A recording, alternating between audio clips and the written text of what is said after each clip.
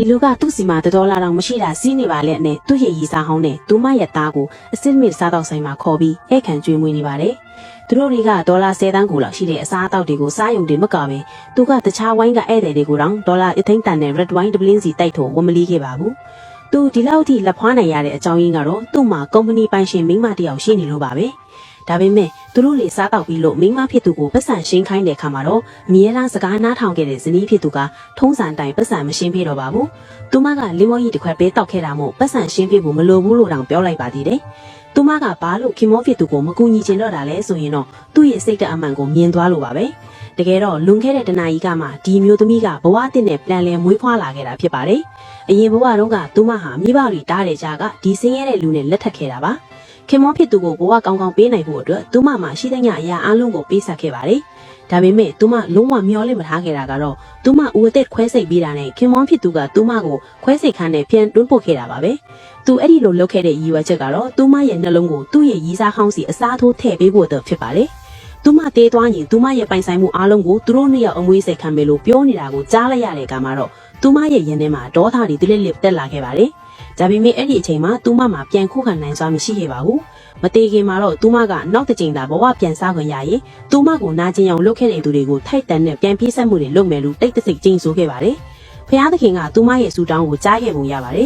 သူမမျက်လုံးပြန်ဖွင့်လိုက်တဲ့အခါမှာတော့အိမ်ကိုပြန်ရောက်နေတာကိုတွေ့လိုက်ရပါတယ်ဟင်းချက်ဖို့တိုက်တွန်းနေတဲ့ကလေးထိန်ရဲ့သမင်းစပွဲမှာထိုင်နေတဲ့ခင်မောဖသူနဲ့သူ့ရဲ့ရီစာဟောင်းကလေးတို့ကိုကြည့်ပြီးသူမဟာရီစာဟောင်းအိမ်ကိုစရောက်လာတဲ့လွန်ခဲ့တဲ့တစ်နှစ်ကိုပြန်ရောက်နေပြီဆိုတာသိလိုက်ပါတယ်ရှေ့မှာမြင်နေရတဲ့ပျော်ရွှင်စရာမိသားစုပုံစံကိုကြည့်ပြီးအမျိုးသမီးကသူမရဲ့စိတ်ထဲမှာလက်စားချင်မဲ့အစီအစဉ်ကိုအမြန်ပဲဆွဲလိုက်ပါတယ်။သူမအစီအစဉ်ရဲ့ပထမဆုံးခြေလှမ်းကတော့အញ្ញံတိုင်းသမင်းဝိုင်းအဖြစ်ဟင်းတွေချက်ပေးဖို့ပါပဲ။ခင်မောဖီသူကသူ့ရီစာဟောင်းကိုဟင်းတွေထည့်ပေးနေတာကိုကြည့်ပြီးအမျိုးသမီးကချက်ချင်းပဲယွန်းရှာသွားပါတယ်။ဒါပေမဲ့သူမကအဲ့ဒီနေရာမှာတင်သူတို့ကိုဖွင့်မပြောသေးပဲရီစာဟောင်းရဲ့သားကိုပဲကြည့်နေလိုက်ပါတယ်။ကလေးကစပွဲပေါ်မှာအစားအသောက်တွေကိုကစ်ချထားတာကိုမြင်တော့အမျိုးသမီးကမနေနိုင်ပဲဒီလောက်အထိရိုင်းဆိုင်ပြီးအကျင့်မကောင်းတဲ့အပြုအမူမျိုးမလုပ်သင့်ဘူးလို့တတိပေးလိုက်ပါတယ်။ဒါပေမဲ့သူမစကားအဆုံးမှာပဲဘေးကရီစာဟောင်းကဒီနိုင်ငံလောက်အတိုးတက်သေးလို့အစားအစာကောင်းမရှိဘူး။အဲ့ဒါကြောင့်ကလေးကအစာရွေးတာလို့အားလုံးကိုပြောလိုက်ပါတယ်။ပြီးတော့သူမကကလေးကိုအလေးအနက်ဆုံးမတယ်လို့ဟန်ဆောင်ပြီးဒီအမျိုးသမီးကအသက်ကြီးနေတော့ဟဲမချက်တတ်ဘူး။အဲ့ဒါကြောင့်သူ့ကြိုက်တာမချက်ပေးနိုင်ဘူးလောလောဆယ်တော့ဒါပဲစားလိုက်ပါအောင်လို့ပြောပါတယ်။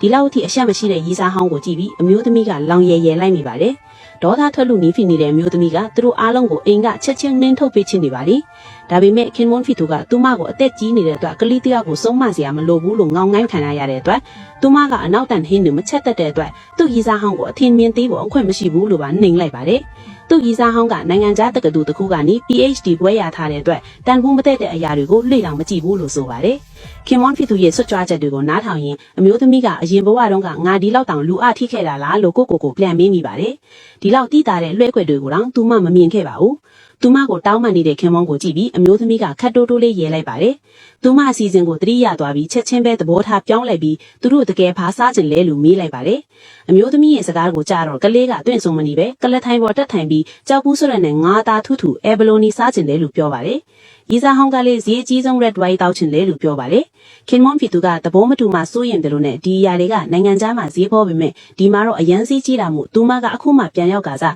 းပတ်စံတွေကအဆင်မပြေတာဘူးတကယ်လို့ပတ်စံမပေးနိုင်လို့ဘယ်လိုလုပ်မလဲလို့ဟန်ဆောင်ပြီးစိုးရင်ချက်တီနဲ့မေးလိုက်ပါတယ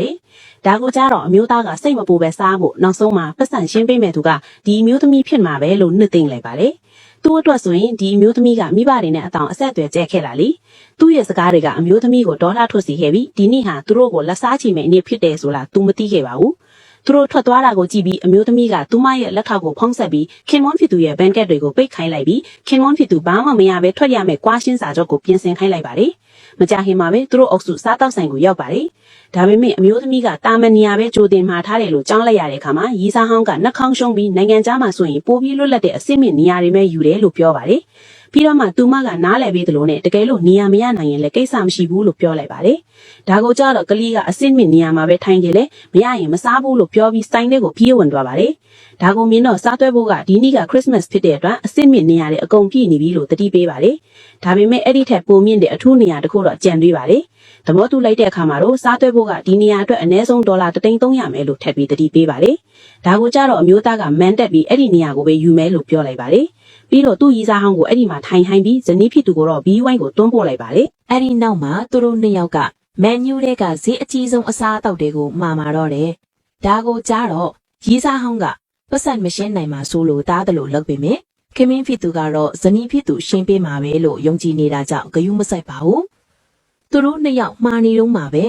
ဆိုင်ထဲပြေးလွှားနေတဲ့ကလေးကဆိုင်ထဲကအစားအသောက်တွေကိုတိုက်မိပြီးမောက်ကုံယုံတင်မကပဲဒေါ်လာ1,300,000မှာခွဲခွင့်ရှိတဲ့ရွှေဥကိုတောင်ရိုက်ခွဲဖို့စူးစမ်းနေပါတော့တယ်